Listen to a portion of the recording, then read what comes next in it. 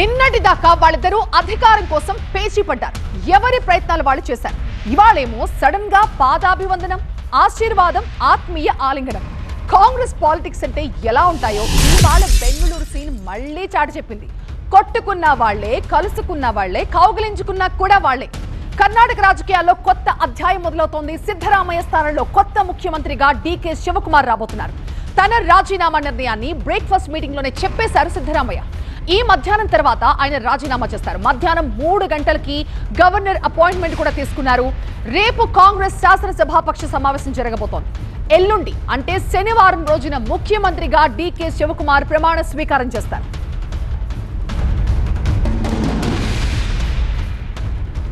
మా bureau chief Gopikrishna ప్రస్తుతం మనకి లైవ్ లో అందుబాటులో ఉన్నారు. గోపీకృష్ణ, మొత్తానికి కర్ణాటకలో నాటకం ముగిసింది. ఇంకా తదుపరి జరగబోతోంది డీకే శివకుమార్ కి ముఖ్యమంత్రిగా పట్టాభిషేకమే. ఎలాంటి ట్విస్టులు లేకుండా ఇది సజావుగా సాగే అవకాశాలే కనిపిస్తున్నాయా? ఎస్, ఖచ్చితంగా.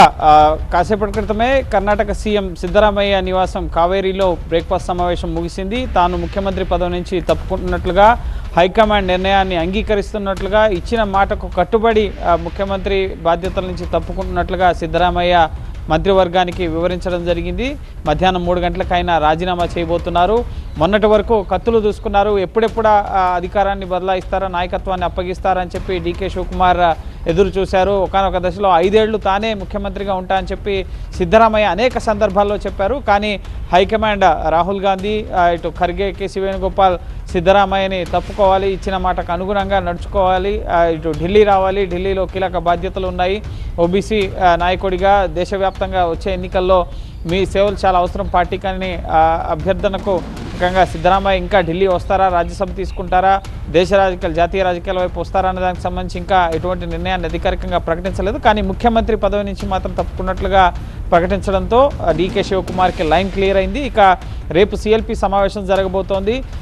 ఇటు శాసనసభాపక్ష నేతగా డీకే శివకుమార్ని ఎమ్మెల్యేలు ఎన్నుకోబోతున్నారు. అలాగే కేవలం సిద్ధరామయ్య కాదు, ఎమ్మెల్యేలంతా, ఇటు మంత్రులంతా కూడా ఎవరు కూడా డీకే శివకుమార్ని అపోజ్ చేయలేదు.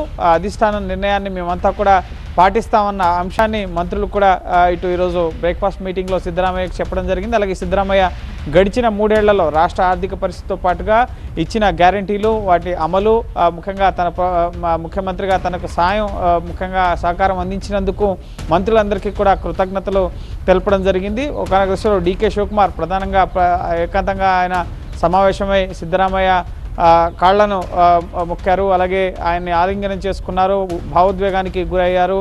ఎట్టకేలకు ఆయన అనుకున్న పదవికి డీకే శివకుమార్ చేరుకోబోతున్నారు. కాబట్టి సో లైన్ క్లియర్ అయింది.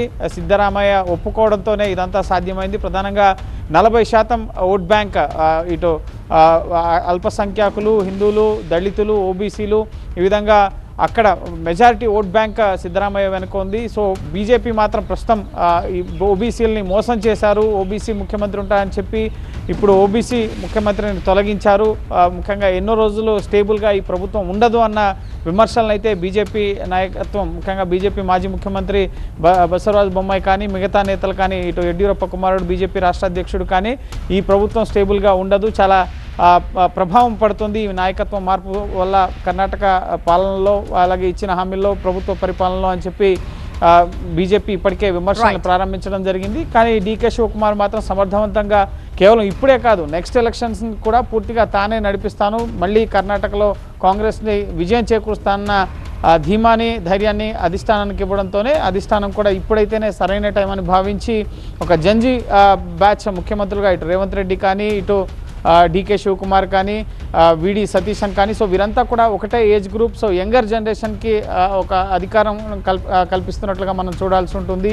సో ఖచ్చితంగా నెక్స్ట్ కర్ణాటక రాజకీయ పరిణామాల్లో ఈ నాయకత్వ మార్పు అనేది చాలా ప్రభావితం చూపించబోతోంది. బీజేపీ కూడా తన దూకుడిని పెంచే అవకాశం ఉంటుంది. మధ్యాహ్నం ఇటు తావర్చంద్ గెహ్లాట్ గవర్నర్ కార్యాలయానికి, ఒకవేళ గవర్నర్ అందుబాటులో లేడు, ప్రస్తుతం ఇండోర్లో ఉన్నారు కాబట్టి ఆయన కార్యదర్శికి అయినా సరే తన రాజీనామా పత్రాన్ని అందజేసి రాజీనామా చేయబోతున్నారు. ఇక రేపు, ఎల్లుండు 2 రోజుల పాటు ముఖ్యంగా కొత్త ప్రభుత్వ ఏర్పాటు, నూతన కార్యవర్గం, ఒక పీసీసీ కార్యక్రమం, వీటిపైన అధిష్టానం ఫోకస్ చేయబోతోంది. రైట్ గోపి. రాజీనామా నిర్ణయాన్ని అల్పాహార విందులో ప్రకటించారు సిద్ధరామయ్య. ముఖ్యమంత్రి పదవి నుంచి తప్పుకుంటున్నానని చెప్పేశారు. హైకమాండ్ ఆదేశాలతో రాజీనామా చేస్తున్నట్లుగా చెప్పారు. గవర్నర్ బెంగళూరులో లేకపోయినా రాజీనామా లేఖను సమర్పిస్తారని చెప్పారు. బ్రేక్ఫాస్ట్ మీటింగ్ లో సవాళ్లు, గ్యారంటీలపై కేబినెట్ మంత్రులకు సిద్ధరామయ్య వివరించారు. సీఎంగా తన 3 ఏళ్ల పదవీ కాలంలో రాష్ట్ర ఆర్థిక స్థితిగతులని సహచరులకి వివరించారు ప్రస్తుత సీఎం. అయితే ఈ బ్రేక్ఫాస్ట్ మీటింగ్ లో కొన్ని భావోద్వేగ దృశ్యాలు కనిపించాయి. రాజీనామా నిర్ణయాన్ని మంత్రులతో చెబుతూ చెమర్చిన కళ్లతో కనిపించారు సిద్ధరామయ్య. కొందరు మంత్రులు సైతం భావోద్వేగానికి లోనయ్యారు. అరగంట పాటు సాగింది ఈ బ్రేక్ఫాస్ట్ మీటింగ్. ఇక ఆ తర్వాత బ్రేక్ఫాస్ట్ మీటింగ్ తర్వాత ఒక ఆసక్తికర సన్నివేశం కనిపించింది. సిద్ధరామయ్య కాళ్ళకి మొక్కారు డీకే శివకుమార్. మాస్ లీడర్ ఆశీర్వాదాన్ని ట్రబుల్ షూటర్ తీసుకున్నారు. తన కాళ్లు మొక్కిన శివకుమార్ కి అభినందనలు తెలిపారు సిద్ధరామయ్య. అలాగే ఇద్దరు నేతలు ఆత్మీయ ఆలింగనం చేసుకున్నారు. అధికార మార్పిడికి ముందు ఇద్దరు నేతలు ఏకాంతంగా కలుసుకోవడం ప్రాధాన్యం సంతరించుకుంది. పవర్ షేరింగ్ కోసం ఇద్దరి మధ్య ఇప్పటిదాకా జరిగిన ఫైటింగ్ ఒకెత్తైతే ఇవాళ్ల డీకే సిద్ధుకి కాళ్లు మొక్కిన సీన్, ఆశీర్వాదం, ఆలింగనం మరో ఎత్తనే చెప్పాలి. మరోవైపు బెంగళూరులో డీకే శివకుమార్ పోస్టర్లు వెలిశాయి. అప్పుడే డీకే శివకుమార్ కి శుభాకాంక్షలు తెలుపుతూ పోస్టర్లు కనిపిస్తున్నాయి. ఢిల్లీ నుంచి వచ్చిన శివకుమార్ నేరుగా సిద్ధరామయ్య నివాసానికి వెళ్లి బ్రేక్ఫాస్ట్ మీటింగ్ లో పాల్గొన్నారు. ఈ సందర్భంగా సిద్ధరామయ్యకి కాళ్లు మొక్కారు.